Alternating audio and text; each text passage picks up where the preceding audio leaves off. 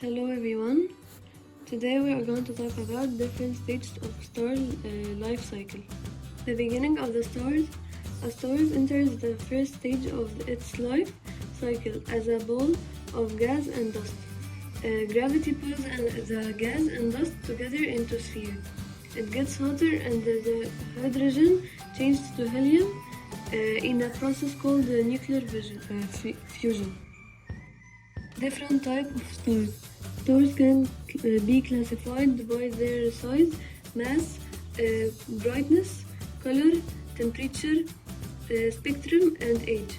Some types of stars include main sequence stars, giant, supergiants, and white dwarfs. The first type that we are going to talk about is main sequence stars. It enters the second and longest stage of its life cycle, known as the main sequence.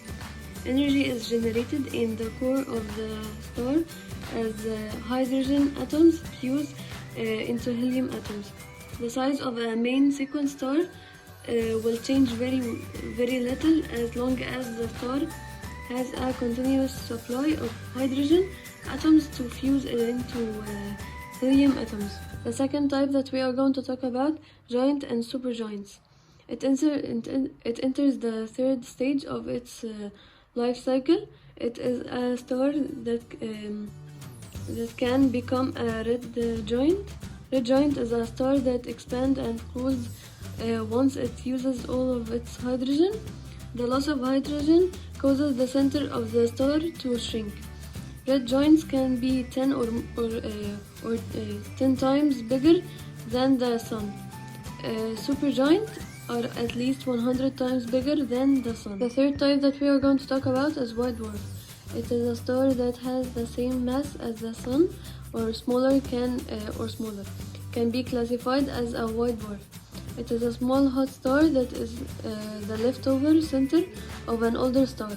It can also shine for billions of years before they cool completely. Star gets older. Star may stay on the main sequence for a long time. Average stars such as the sun become red giants and white dwarf. Stars that are more massive than the sun may explode with such intensity that they become a variety of strange objects such as supernovas, neutron star, pulsar, and black holes. Supernovas, massive stars, use their hydrogen much faster than stars like the sun do.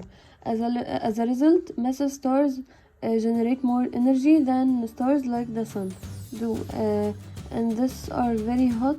And compared with other stars, massive stars don't have long lives. At the end of its life, a massive star may explode in a large bright flash called a supernova. A supernova is a gigantic explosion in which a massive star collapses and throws its outer layers into space. Neutron stars and pulsar. The center of the collapsed star contracts to form a new star. The mass of this new star is about 2 times the mass of the sun.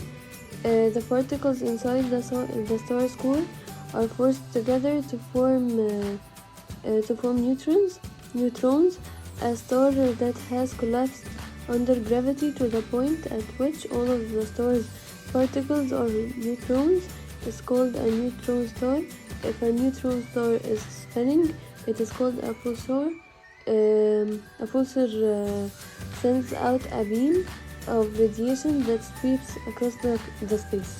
Black hole if the center of a collapsed star has a mass that is more than 3 times the mass of the sun. The star may contract further because of the strength of its gravity. The force of the